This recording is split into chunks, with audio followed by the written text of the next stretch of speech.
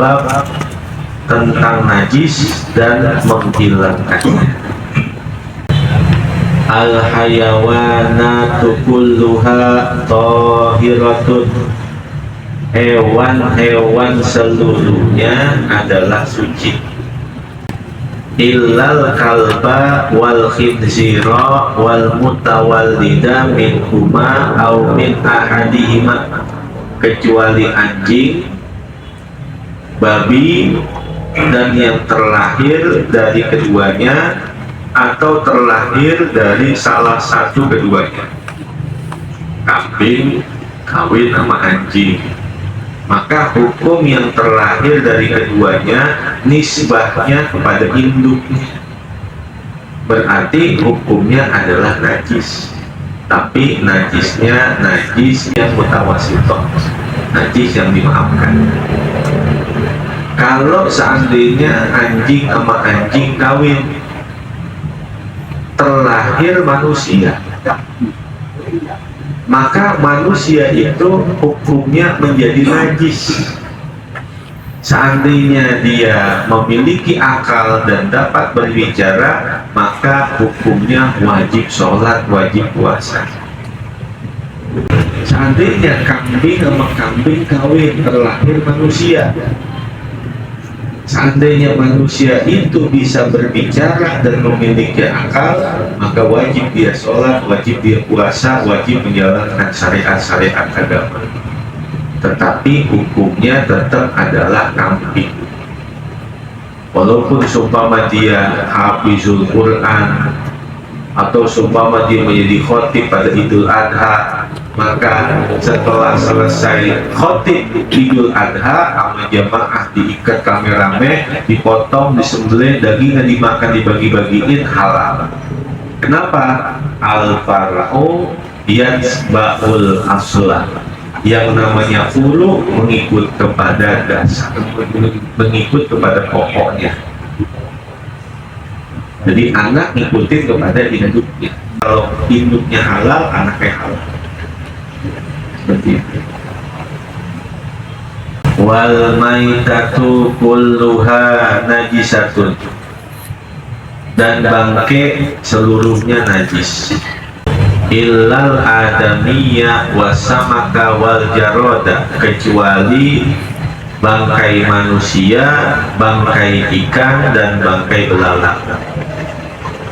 Manusia bisa najis baik hidupnya maupun matinya apabila manusia itu terlahir dari binatang-binatang yang najis. Anjing kawin sama anjing, ternyata keluar manusia. Nah, maka hukum manusia itu najis baik hidupnya maupun matinya, kalau memang terlahir dari anjing dengan anjing. Wa kullu ma kharaja minas sabilaini najisun. Dan segala sesuatu yang keluar dari dua jalan adalah najis. Jalan depan, jalan belakang, kemaluan depan, kemaluan belakang, semuanya najis. Illal maniyah, kecuali mani. Warliha, dan angin. Wal haso, dan batu. Illam yang akid minal bauli, apabila tiada terikat dari air kencing.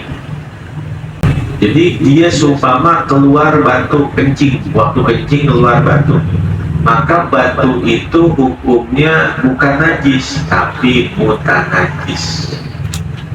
Kalau dia keluar mani, hukum mani adalah suci, bukannya najis. Jadi seandainya dia sholat subuh, maninya masih berceceran di kainnya, sah sholatnya. Karena hukum mani suci, cuman kebangetan dorong.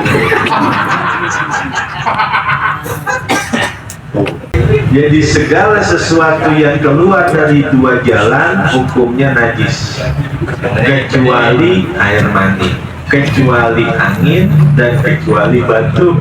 Batu yang tidak terikat dengan air kencing. Kalau batu keluar dengan air kencing, dia bukan najis tapi mutanajis. Sama seperti orang yang buang air besar. Seandainya dia buang air besar, keluarnya itu biji kecapi. Karena dia malamnya makan capi, pas dia buang air besar, keluar lagi biji kecapi. Maka biji kecapinya itu bukan najis, tapi mutanajis. Seandainya itu biji kecapinya dibersihin, dicuci, sampai bersih lagi, ditelan lagi, nggak apa-apa. Karena dia bukan najis, itu bukan najis. Berarti kopi itu halal ya? Makanya hukum kopi luwak sama seperti itu.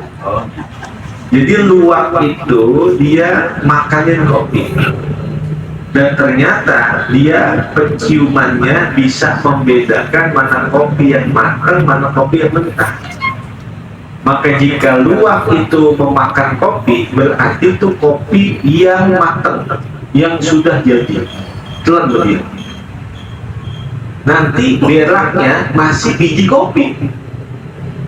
Maka biji kopi yang keluar dari taiknya di luwak itu dicuci, baru digiling. Itulah kopi luwak.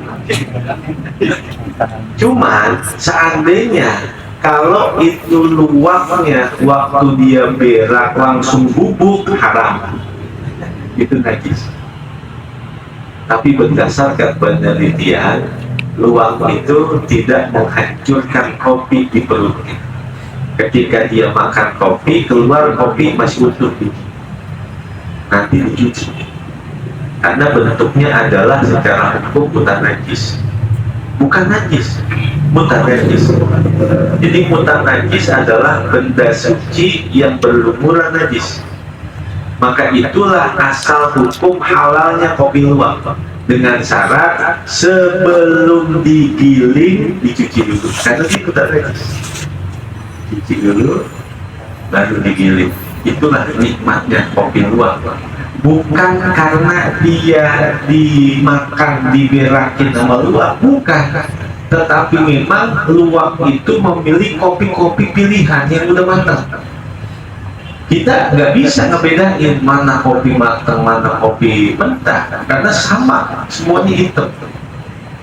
Dan luwak itu bisa mencium mana kopi yang matang, mana kopi yang mentah. Sehingga ketika dia menelan kopi, itu kopi-kopi yang matang semua, yang udah jadi semua, yang enak semuanya. Kalau kita, karena kita tidak bisa membedakan mana yang matang, mana yang mentah, kita ambil asal-asalan, ada yang matang, ada yang mentah, bercampur, jadi kurang nikmat. Jadi kopi luwak sama seperti hukum mutanajis. Apapun yang mutanajis akan kembali suci apabila dibersihkan dan dihilangkan najis.